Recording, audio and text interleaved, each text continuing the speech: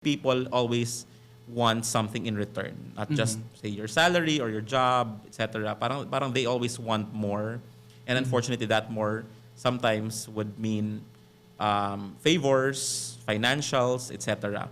I think that's the biggest flaw in our organizations.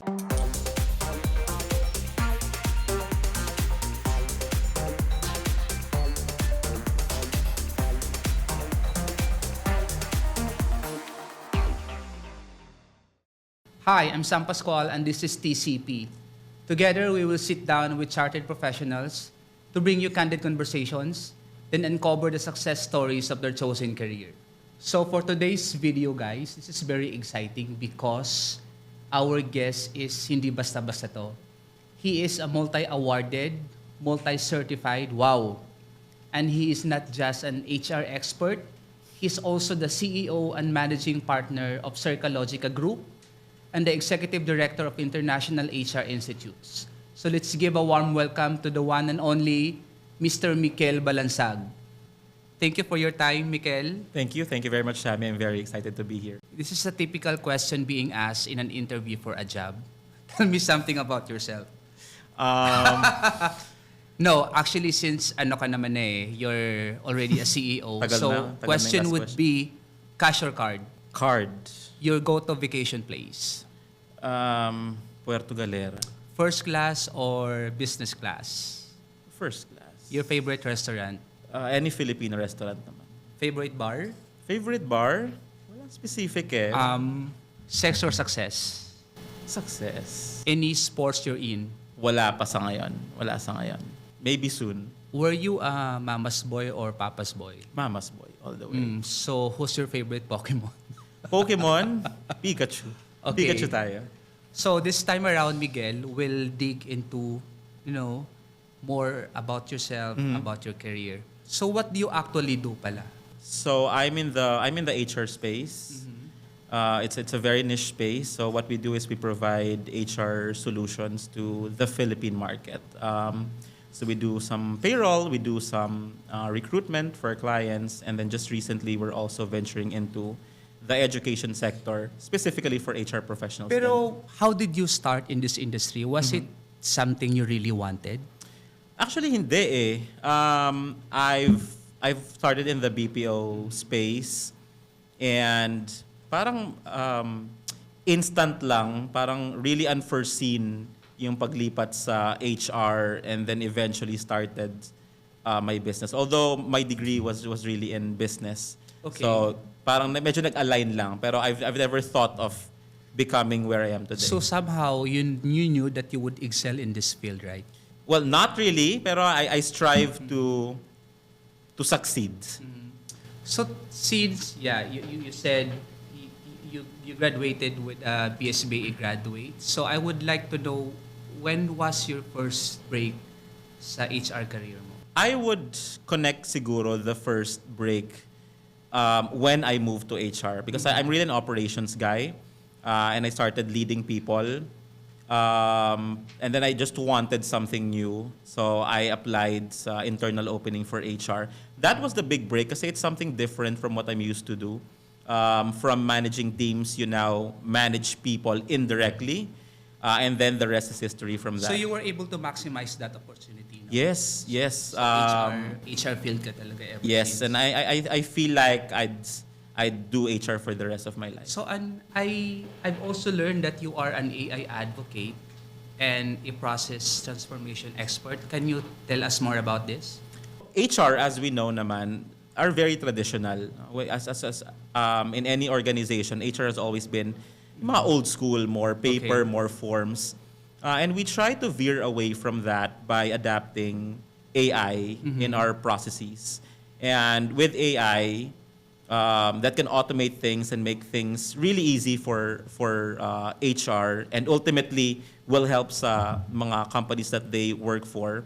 We wanted to bring that into the market para we're not just selling the service, but we're elevating the HR practice in the Philippines. So I've been leading talks on AI for HR. I've also attended classes internationally on generative AI so we can apply it when we do our business. So pretty much it does help big to your company, correct? Yes, yes. So from where you started, Mikel, I would like to know, did you ever imagine that you'll get this far? Honestly. I feel like kasi na parang it's one step leading to another step. I really don't feel that it's been that far, to be honest. I feel like we're in the early stages of what we want to be, what we envision ourselves to be. Pero it's the growth is very exponential. So medyo minsan nakaka-overwhelm.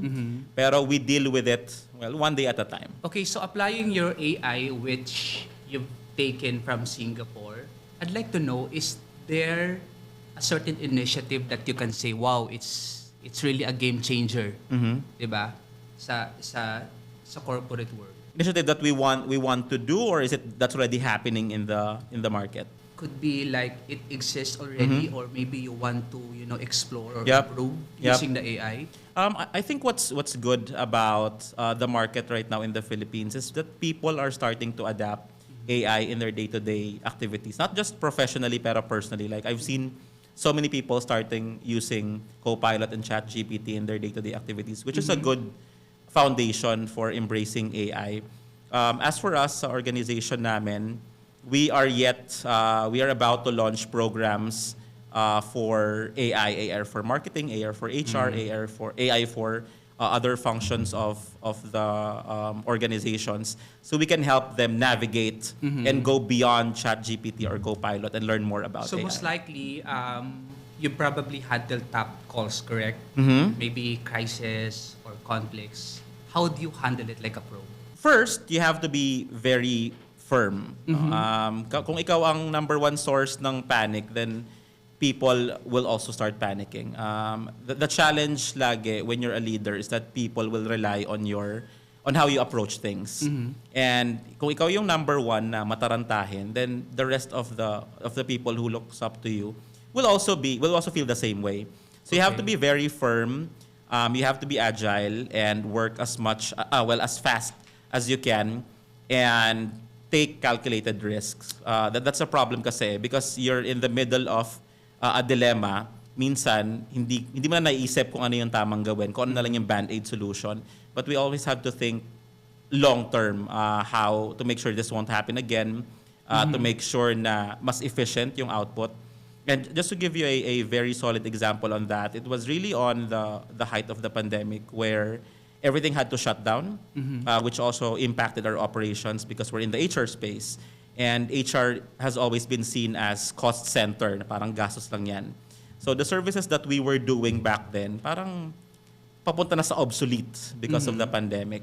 But we were able to shift things around by introducing solutions to the market to help them naman navigate their organizations, to introduce solutions to them.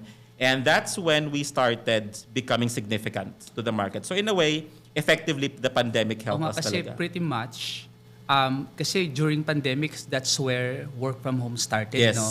Like, it can be done pala virtually. Correct. So this time around, Mikel, can you tell me more about Circalogica Group and of course IHRI? Are they connected to each other? As I've mentioned earlier, we started in the HR solution space where we provide recruitment services, payroll services, consultancy.